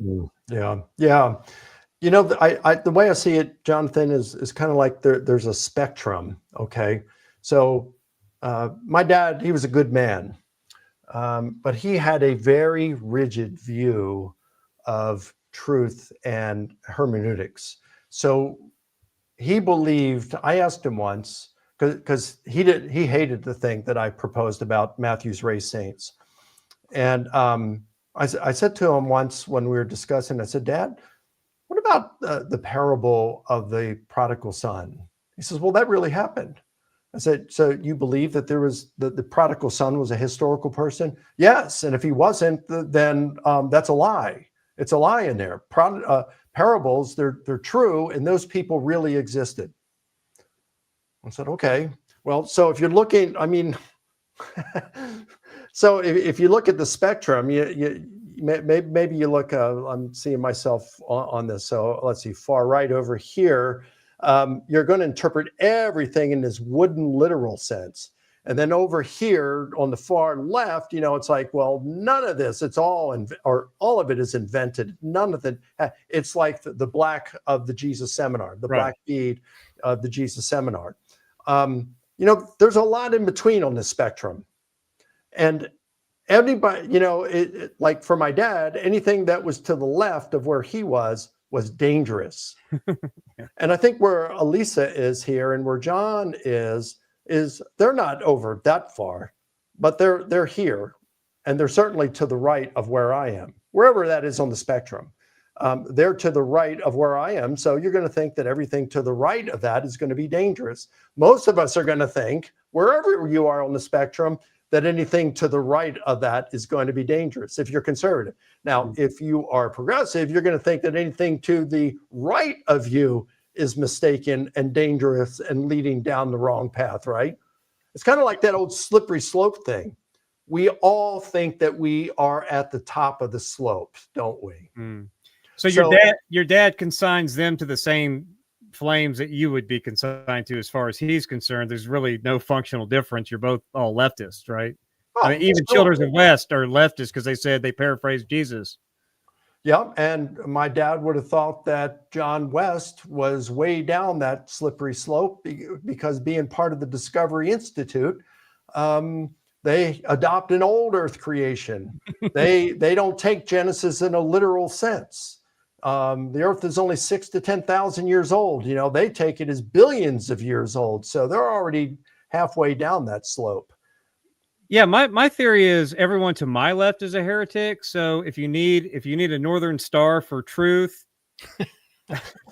You're moderate and everybody else is crazy, right? Hey, I No, want I to say never one more said thing that. about the slippery slope. Yeah. Hills have more than one slope. And so it is true that you could be like a Bart Ehrman. You start down that slippery slope and you end out at the bottom at some point. But there's another side to that slope. And that could be where traditional inerrantist is. And that side of the slope is a lot steeper. The grade is a lot steeper. So all of a sudden you're a traditional inerrantist. There can be no errors in the Bible whatsoever. And then once you come across something that doesn't seem to jibe with your doctrine of biblical inerrancy, you go tumbling down at a lot faster rate than you would if you were on the slippery slope on the other side. So we all think we're at the top of the slope, but a lot of times it's the very arch conservatives. They go tumbling down faster because their side of the slope, the grade is a lot steeper. You're muted, Jonathan. Yeah, that's exactly what happened to Bart Ehrman. But that's how people like it when I'm muted. But what I wanted to point out, what they mentioned was your redefinition of inerrancy is something that they had brought up in that clip. And so, and of course, that makes you more dangerous than Enns or the other guy they mentioned, or at least to West, you're more concerning. So I'm curious, do you redefine inerrancy, or is it a matter of people taking inerrancy and then inserting, well, my interpretations are inerrant rather than the text being inerrant, or at least the original manuscripts or wherever it's. I'd say both. I have a different way of defining inerrancy than what Alisa or John has. But it is also true that as Michael Bird, a evangelical New Testament scholar and member of the Evangelical Theological Society, pointed out, they preach the inerrancy of the Bible, but practice the inerrancy of their interpretations. Yeah. So both of what you said is true, but I defined inerrancy as the Bible is inerrant in what it teaches. It's inerrant in its message. And the reason I say that, Jonathan, is because even Norman Geisler, who you don't get much more conservative in your belief in inerrancy than Norman Geisler. And I'm not saying that in a pejorative sense. I'm just saying as a matter of fact. Yeah. His legacy is biblical inerrancy and the Chicago Statement. And in his big book of Bible difficulties, he acknowledges that there are errors in our present text. And so just like the Chicago Statement says, inerrancy only applies to the autographs. So they are already acknowledging that our current Bible has errors in it. So I make a couple of observations. Could God have preserved an inerrant text? Yes, of course. An all-powerful God could have preserved an inerrant text, but he didn't. So he must not have thought it was important for us to have an inerrant text. So it seems to me that some people are putting more weight on biblical inerrancy than God does. And that's not a good position to be in. Well, that's what I always point out. I consider myself an inerrantist, and I came up with the Facebook statement on inerrancy that I think you co-signed, and I think Michael Bird co-signed, and Adam Hardwood and David, and like conservative Southern Baptists, they all said, yeah, I like that. And it was the Bible is inerrant in everything that it says in the ways it intended to say it. And just left it at that. And we could fight over what it intended to say. That's hermeneutics, that's exegesis, whatever. But I believe that the Bible is inerrant in everything that it says the way it intended to say it. And as far as like the inerrant autographs or the autographic text, wherever it's duplicated in the copies, I think inerrancy is less important than inspiration and authority. I think those two things are far more important, because I can write inerrant documents all day long. Loudmouth, leather lung, red-faced evangelist over here starting to get uncomfortable. No, I could write inerrant books all day long if I really wanted to write inerrant books, and they don't mean anything, right? So the author of this book is Jonathan Pritchett. That's an inerrant statement. Well, and Norman Geisler himself used to say you could get a few English professors together, English majors together, and you could write a paragraph and ensure that it has no errors in it, and then put one word on each page and make a book out of that, and you've got an inerrant book. or Yeah. maybe some math dissertations are inerrant because they have to be in order for the right answer to come out or something, but so can a man write an inerrant book? Yeah. But he would then follow by saying, but we're not claiming that men wrote an inerrant book. We're claiming that men under the inspiration of the Holy Spirit wrote an inerrant book. But like you say, he still didn't hold that what we have today has no errors in it because of the process. Real quick. I just want to say, Dr. Tim Stratton here says Mike's book helped a good friend of mine from going down the right side of the slope. His faith was almost lost, but he told me that Mike's book saved his faith. So just to say there's a balance here, and there are people whose faith has been strengthened because of this. Amen. And then I want to ask this on behalf of Amber. Can someone define error in this conversation? Mike, what would you say amounts to error? I guess that would depend on one's doctrine of inerrancy, right? Yeah. Yeah, that's well, we know that if you say that there was one angel at the tomb when there were two, that would be an error if you're saying there was only one angel at the tomb. But then you got to say, well, what if John did with the last sayings of Jesus on the cross what Dan Wallace suggested? Would that be an error? Well, you look at the genre, right? And I'd say, no, that's not an error. It's not an error. It wasn't an error when the psalmist accuses God of sleeping. God wasn't sleeping. We understand what the psalmist is saying, though. Or how about Mark chapter 1, verse 5, when it says, Mark says that the entire region of Judea and everyone living in Jerusalem went out to see John the Baptist and were baptized by him. Now, certainly that is not true in a correspondence sense in terms of being literally every detail that being true, because Mark is speaking in hyperbolic terms.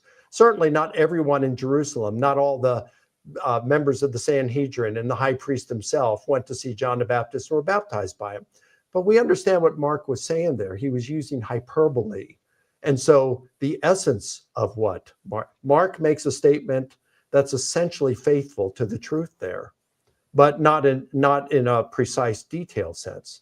So we could say the same thing about John's gospel if what Dan Wallace is saying is true, and if what many Johannine scholars are saying about the I am statements is true, that Jesus said something like this, and the thought is being that of what Jesus said is being communicated, but not those words.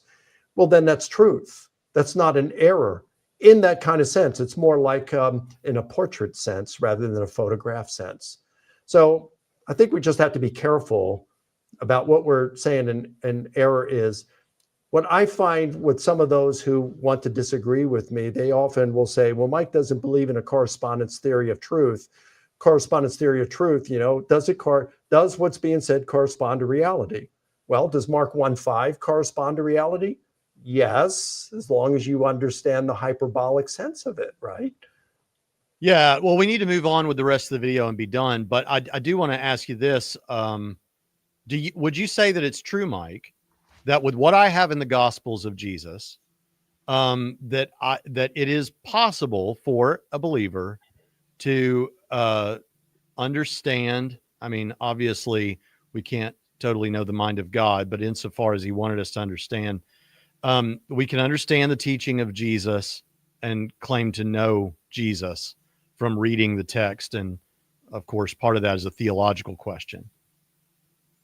Yeah, I do believe that. In fact, this goes back to inerrancy and inspiration. I would say to the person who takes the traditional inerrantist view, I'd say, look, you already acknowledge that there are errors in the originals. I'm sorry, in our present Bible. And in fact, we'll go back to Alisa's statement, and she's saying, but most people, they're going to have problems with this. Well, most people in the pews who are evangelicals or in conservative church are going to have problems when you tell them that there are errors in their present Bible. They're not even aware of that. Mm-hmm. And if you say, well, inerrancy only applies to the autographs, they're going to have problems with that. Again, it's where are you on the spectrum and what you're willing to accept at that point. So, and that's certainly true of like the second half of Mark 16 or the woman caught in adultery. Oh yeah. They're going to have problems with that. So, I lost my train of thought. Oh, I'm so inerrancy and inspiration. Yeah. So they're already going to have problems with you saying inerrancy only applies to the autographs. But if you're saying that there are errors in our present Bible, I would say to them, why do you even have trust in our Bible then? And the answer would probably be, well, because the errors that we know are small ones. Yep, but that's the errors that we've caught, right? And the reason that we are able to catch a lot of those errors is because there's a parallel text. 1 Samuel says David killed Goliath. 2 Samuel says Elhanan killed Goliath. That's a contradiction. What's going on there? Well, Geisler and Howe say it's a copyist error. It should be the brother of Goliath. Elhanan killed the brother of Goliath. And there are a number of different possible explanations for that. Anyway, if we didn't have 1 Samuel, we would today be believing that Elhanan killed Goliath.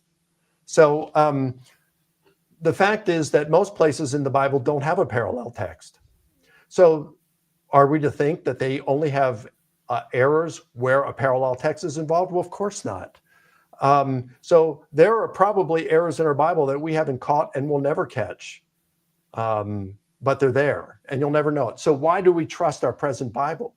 Because since Jesus rose from the dead, we are confident that God in his sovereignty has preserved everything he wants for us to know with sufficient accuracy. Sufficient accuracy. And that applies to a flexible view of inerrancy as well. The only real difference between my view of inerrancy and the traditional view of inerrancy is whether the autograph, it's not the current text, it's whether the autographs were inerrant. And we don't have them. All right, Jonathan, play the video. Let's keep going. The proposed solutions, I was like, this might be really cool. I'd heard him interviewed a couple of times, and I started to read the book, and for a couple of things, I was like, oh, that makes a lot of sense. But then I'm reading like, oh, okay, wait, what? It can still be inerrant, but actually lie? That doesn't make sense. And so I really appreciate, because you're one of the very, very few people who have really had the courage to say, we have to at least put up a big stop sign on this thing. And I would never suggest we shut down debates, but we have to consider the weight of what we're debating. And I'm not really seeing that. And there aren't enough people rising to the occasion to debate it. They're just allowing him to, hold court. And I think, I feel for, I don't personally know Mike Licona, but I've read his interviews of how he struggled with doubts about the faith through the years, and I have great compassion for that, but again, you also have to think about, and I think some of his friends are thinking, well, they're compassionate toward him, but you're not being compassionate to him if he's going in a unhealthy direction, but you're also not being compassionate about the people who are going to struggle or be led away from the faith because of this view. And I just think that is something that I wish some of his friends would actually more, take up. And let me say something else. I do subscribe to a traditional view of inerrancy, but I want to point out that there were people like C.S. Lewis and others who didn't fully agree, and Lydia McGrew wouldn't identify with inerrancy. She's not even an inerrantist. That's interesting. And so my point is that even if you're listening here and you think, well, maybe there are some errors and something you do, but what he's proposing is so far out, that you can't trust virtually anything. If they change the events, like you mentioned, the secondary resurrection of the saints that Matthew records, that was always considered historical by the church. So you create completely new events. You so paraphrase things that you're not really paraphrasing. You're creating complete new sayings of Jesus. You're changing the location, the timing of it. This is not even this isn't C.S. Lewis. This isn't even people who say, well, there are some minor errors or something. This is like a frontal assault, whatever he says. I'm not saying psychologically he's sold himself that he's sort of defending the faith, but in reality, in objective reality, this is so different from the historic Christian teaching, and it's what, like Lydia McGrew says, he does these unforced errors. Can you put on pause? So I'd say, John, just read what Johannine scholars are saying today. Read what evangelical Johannine scholars are. You'll learn a lot if you do that. And I would say, it's important you say evangelical scholars, because he does. I think he says in this video Mike maybe too opened up to these secular historians or scholars. Not just Yoni scholars, just conservative, evangelical. Yeah. But Mike, you had a flow going there. Read Bach, Gnostic Anderson, scholars. Keener, Blomberg, Bruce. Read those guys. Carson, read their commentaries on John, read their books on John.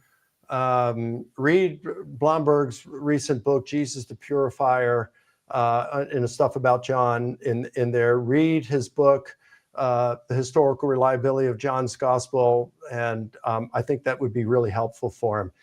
And he said that there's no one that's rising up who will debate me. Well, hey, John, I'm here. Let's have a friendly public discussion on this. I'm open to it. Let's do it. Be happy to host that right here on Trinity Radio. Yeah, depending on what it pays, I'll debate you on something.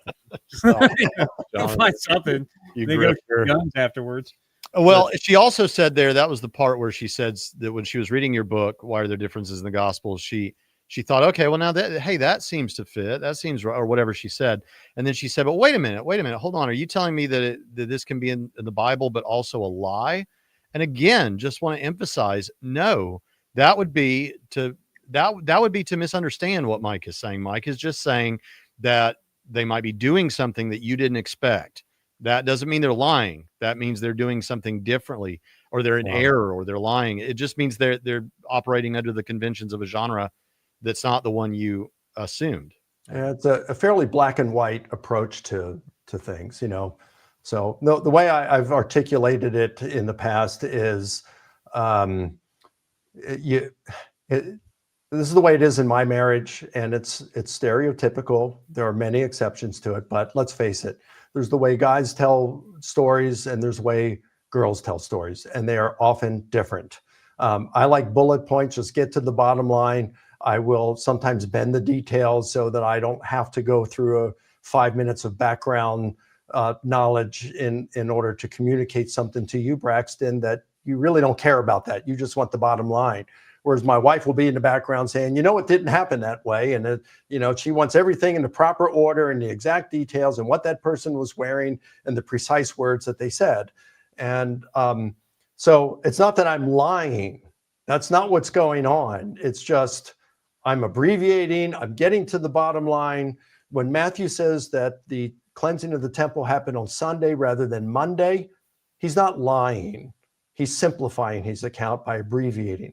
When Matthew has the centurion himself go to Jesus to ask Jesus to heal his servant, rather than as Luke has it, he sends Jewish leaders and then servants out there. Matthew is not lying. He's just simplifying. When when Mark has Jairus goes out and say, my daughter's about to die, please come heal her. And they start heading back. And then the servants come and say, don't trouble the teacher anymore. Your daughter is now dead. And Jesus says, don't worry, just have faith. Matthew is not lying when he has Jairus goes to Jesus and says, Jesus, my daughter has just died. Please come and heal her. And then they go back and Jesus raises her from the dead. And no servants come out and intercept to say that his daughter's died because she's already dead. Matthew is simplifying these things. He's not lying. This is the kind of stuff we do in our everyday ordinary conversations. We don't consider it to be deceit. These are just our ways of communicating. Yeah, just in the same way that if an amanuensis is composing and arranging an epistle on behalf of the author, it doesn't mean that Paul wasn't the author, because the amanuensis even may have added some flair and flourish to it. In the same way, in the ancient world, if clients of the synagogue were going to speak on behalf of the centurion, it's as good as the centurion authorized it. And so it's essentially speaking to the centurion himself. In the minds of ancient people, they don't make those kind of like, oh, you're lie. Matthew's lying here. Luke got it right. That's not. None of that goes on in the ancient world to the original audience. That's not how. It's just a rigid way of thinking. Yeah. All right, let's finish it out, Pritchett. All right. A few hard things that we don't quite know how to reconcile, maybe, but the things he's talking about are not those things. Right. I mean, right. The fact that Jesus says, that the different accounts focus on different things he's saying is not contradictory. Right. The idea that simple statements, I mean, he raises questions about the historicity of really simple statements like, I am the light of the world. Well, if anything can be virtually verbatim, it would be those simple declarative statements, because that will stick in your mind. So it's like he's searching for a problem, in many cases, a solution to a problem that doesn't even exist. Yeah. And so, yeah. Well, and I think what we all need to be willing to do is, of course, in love, but speak truth and I think also one thing that can keep people from speaking out necessarily, and I've experienced a little bit of this, as much as I've tried to insulate myself from joining bigger groups. I've tried, I always say I'm not a joiner, because I see people go off cliffs together because they won't challenge each other. And so I typically won't come under the umbrella of something else. Of course, I'm accountable to my pastors and my husband and my family and other people in my life. But I think I have a little bit more freedom to do things like that. But I've lost I've lost people. I've been uninvited to events. I've lost people who have worked advocating for me because of calling out things that maybe got a little too close to their person that they like. And I think we all have to be willing to be uninvited to things. We have to be willing as Christians to even lose our jobs if necessary, to speak truth. And even sadly, I mean, you don't want to lose relationships, but a true friend, someone who really loves somebody else, will speak truth to them. And so I appreciate you bringing this out. Now, certainly, this is not the case, what we're about to talk about with Licona. Let it roll. Let it roll. Let it roll just a second longer. As far as I know, he still completely holds to a biblical sexual ethic. But very often, when people do redefine inerrancy or inspiration, as in the case of Pete Enns, it's the whole sexuality conversation will come next. Okay. And you call it So- sexual suicide in your book. Yeah. So now there's a point there, Mike. Like I'm glad she's clear that you are conservative on these sexual ethics and a lot of these cultural issues that are out there right now. You're very conservative on all of that. But Mike, once you open up inerrancy, it definitely is possible that people may find ways to reinterpret passages in a way that not only affects doctrine, but also allows for some of these woke sort of ideas and things like that. Are you presenting a view that allows for that sort of thing? I suppose it could. I don't know that people really need that, though. There are enough people holding a traditional view of inerrancy who are unethical and have fallen into sexual sin. I mean, recently you look at Michael Tate, right? Unfortunately, he has come out and repented. I look at Michael Brown, who has not really shown the kind of repentance that a lot of us would have liked to have seen. I look at Ravi Zacharias. He held a very strict form of biblical inerrancy, Chicago Statement. I look at him living a double life. I look at Johnny Hunt, the former president of the Southern Baptist Convention and former pastor of First Baptist Church of Woodstock, and accused of sexual sin. I look at Paige Patterson, who was involved in the Chicago Statement of biblical inerrancy, its formation, and how he got fired from his job because of abuse of women.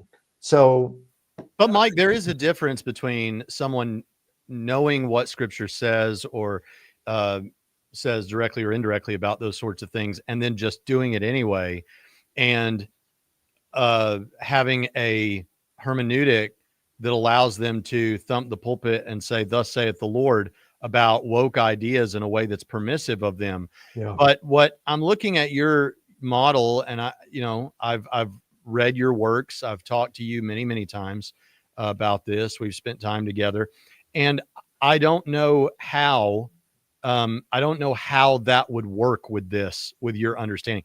In other words, your understanding still comes out, as far as I can tell, with the same didactic teachings.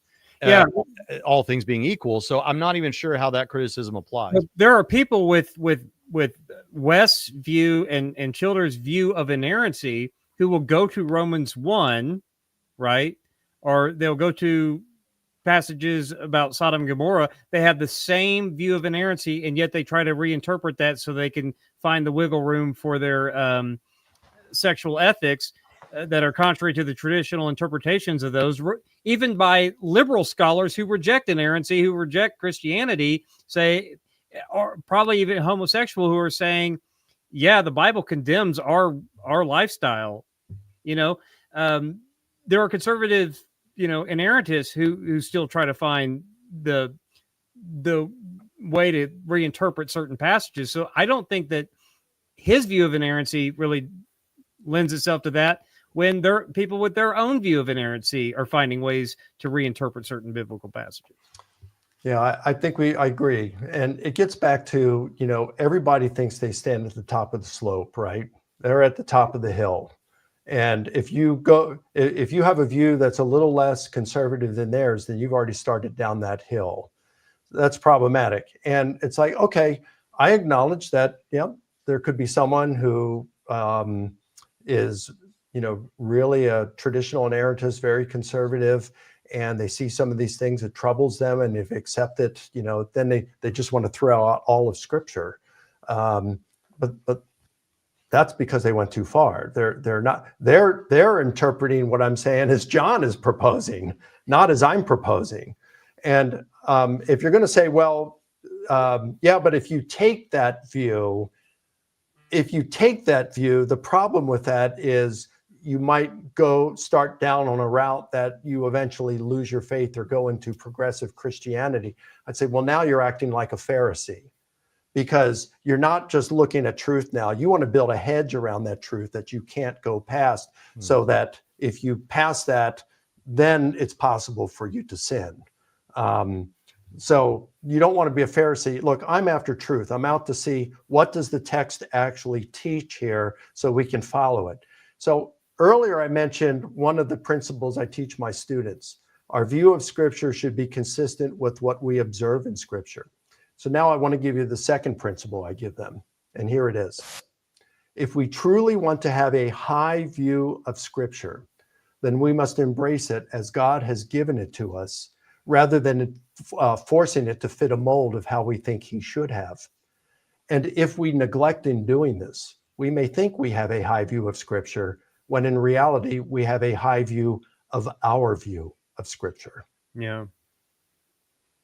All right. Well, I have a couple of things I wanted to get to. I didn't want to ask in the middle of the discussion because, but they are relevant to this, I think. One of those is from Leaving the Matrix, off topic, and maybe you don't know how to answer this or want to answer this, Mike, but off topic. But what is the latest on people saying Habermas inflated his references or citations?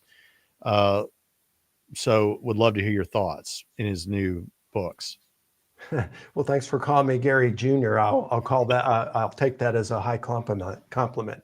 To be honest, I don't know. I know Lydia McGrew, I've heard. I didn't see it, but someone told me that she accuses Gary of that very thing, inflating his references or citations, or saying that a scholar said something when they really didn't. I don't know. I haven't checked that. I have moved away largely from resurrection studies to go to stuff with the Gospels. That's where I'm spending my time. I do know this, that all scholars, myself included, we make mistakes. And when you're doing something with so many different references, so many different sources that you are reading and studying and taking notes on, there's always going to be some mistakes. That's my recent book, Jesus Contradicted. That took 3 years to write. After spending 8 years on the first book on it, then I spent an additional 3 years on this next book. And so I wrote it, I went through it several times, and then I gave it to my wife, Debbie, and she read it and found all kinds of errors that I'd made in it, spelling and awkward grammar and duplicates and things like this. And so she gives this to me and I correct it, and then I read it, and then I find more. And then I turn it over and I pay a professional editor that I've used several times in the past. He's fantastic. And I pay him, go through this, find all the errors that you can. And he did, and gives it back to me. And it's like, whoa, man, that's a bunch of them. And so I correct that. And then I read through it again and I find errors that no one else has found. And finally, I give it over to Zondervan, and they give it to, first of all, my acquisitions editor there, who's a VP, and she finds a bunch of errors in it. And then it gets turned over to 2 more reviewers. They find errors in it. They correct it all. They send it to me. I read through. I find some more errors in it.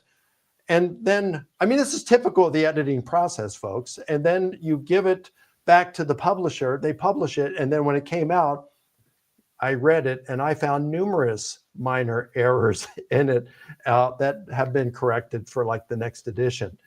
I mean, they're not big stuff. They're just, little things. That to say, if that can happen in a book that after 11 years of research and about 250 pages of this, think about how many of those things you're going to find with less editing done and about 5,000 pages in it.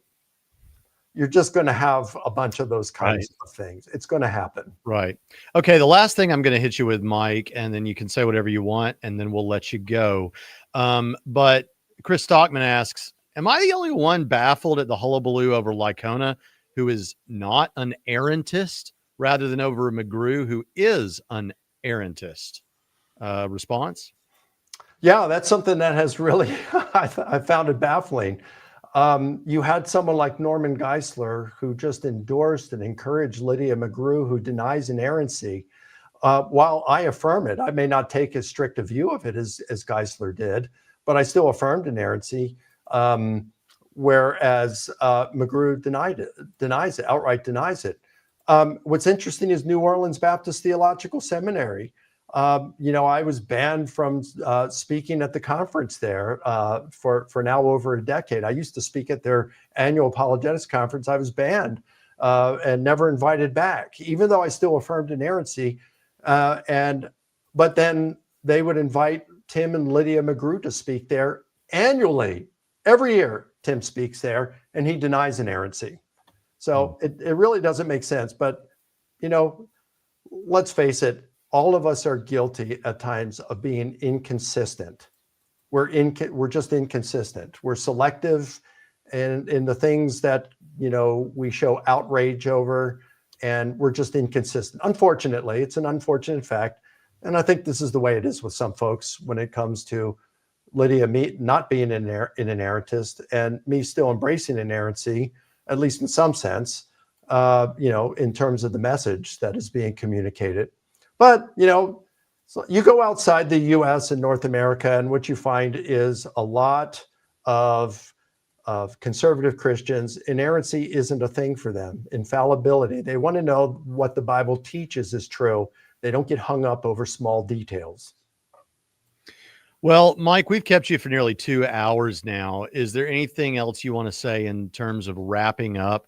I'm sure we want to reaffirm that we think that we're talking about the 2 people in the video, a brother and sister in Christ, who are probably, as we say, godly people who have good motivations, who do see, abuses and dangers out there. We just disagree about this issue. Is there anything else you want to say on that? Well, I echo what you just said, Braxton. Mm-hmm. I don't know Alisa. I don't know John. I don't know that I've ever met either of them, but I agree with you.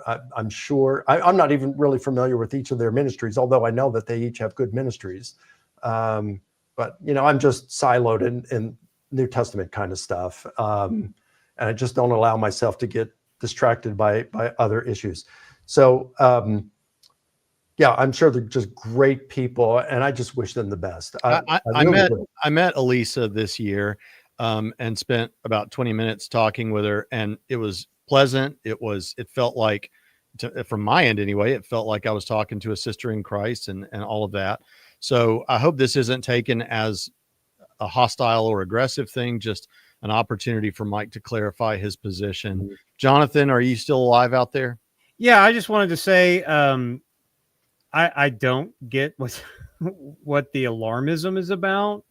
I don't even see Dr. Licona being anywhere near either Stanley or Peter Enns, for that matter.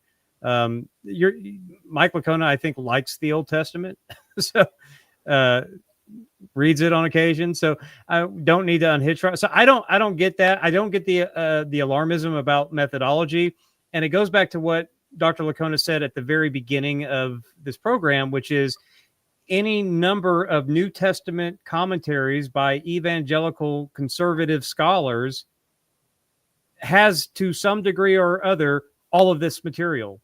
Like Licona is not doing anything brand new in that sense. There's a lot of different takes out there on how to understand different things in the gospel using literary devices, using even harmonization or whatever. There's just a lot of this stuff going around. Well, as someone said, Jonathan, in the chat, William Lane Craig, I heard this from William Lane Craig, not maybe with all of the intricacy that Mike has from studying the classicalist stuff, but like saying that about Matthew 27, that, well, this could have been a literary device. I'm not sure how he said it, but he implied that. I heard that probably circa 2009, listening to a debate between he and, I don't remember if it was Bart Ehrman or Richard Carey or one. Yeah, that would be a year before the book was published. I don't know if Dr. Craig saw a prior manuscript or the original dissertation. Don't know. He might have got it. I don't.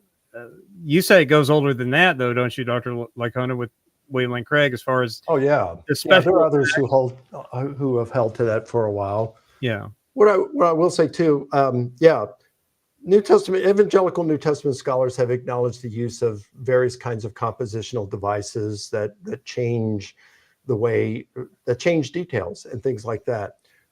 What my work has added to that, and what is new in it, it has taken the compositional devices that are discussed by the compositional textbooks that were being taught to people when they learned how to read and write, or when they learned how to write.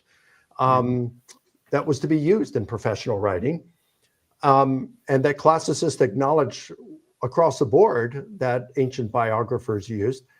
And I apply that to the Gospels because there are ancient biographies of Jesus, and say that, this explains why we have a lot of these differences. They're not contradictions.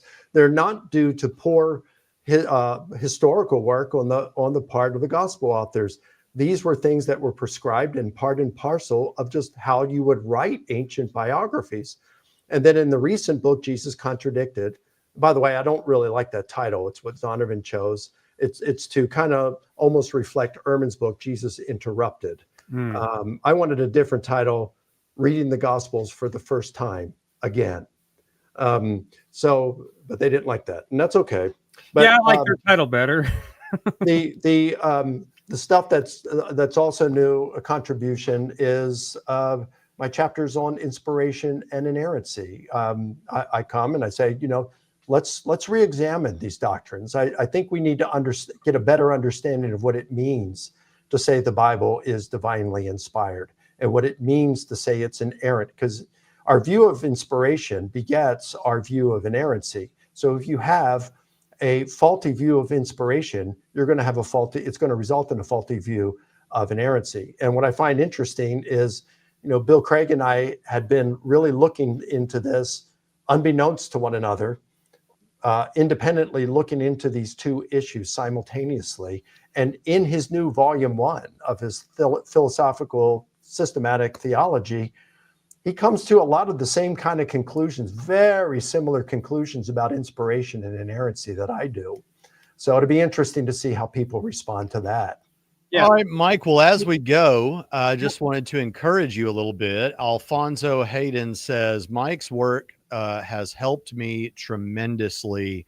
And Josh Klein says, Dr. Licona's work has been extremely beneficial for my walk and my work. When I had a crisis of faith in the mid-2000s, it was his work along with Craig's that helped steady my faith. Mike, we've had a wonderful time with you here today, and always thrilled with an opportunity to chat with you.